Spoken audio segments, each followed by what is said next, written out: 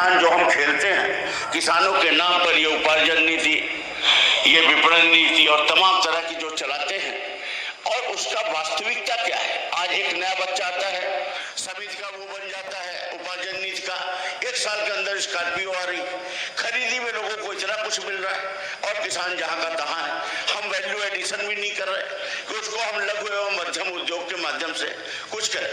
अभी भी हमें तो लगता है कि आपकी सत्ता है, आपकी सरकार है, नए मुख्यमंत्री जी हैं, बेहतर अगर आप प्लान कर लें तो चीजें बदल सकती हैं।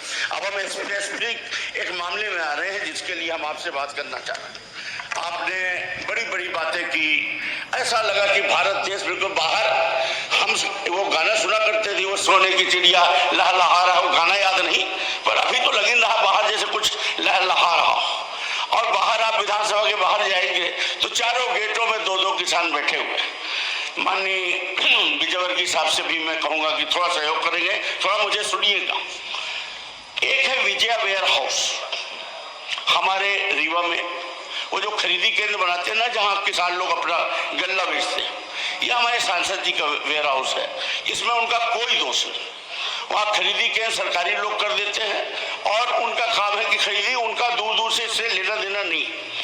इस विजया वेयर हाउस में किसानों ने अपने गल्ले को बेचा।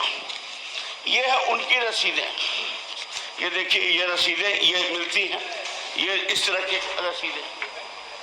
ये 58 किसान हैं जिनका 1,27,00,000 रुपए का भुगतान है।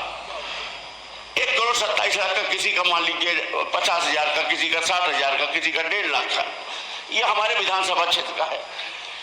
इसमें होता क्या है कि जब पंजीयन नीति में कैप नहीं, माने 2 तरह का पंजीयन होता है किसानों का, एक होता है सिकमी बटाई का, एक होता है सीधे।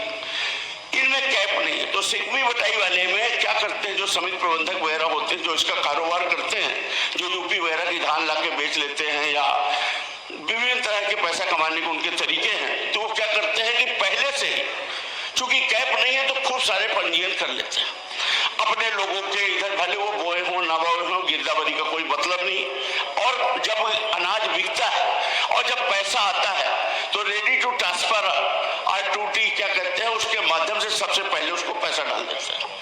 और हुआ क्या, हमारे यहाँ ये किसानों को अंत में इनका नंबर आया तो ये हमारे 58 किसान ऐसे निकल गए जिनको की कह दिया कि आपने कुछ बेचा ही नहीं।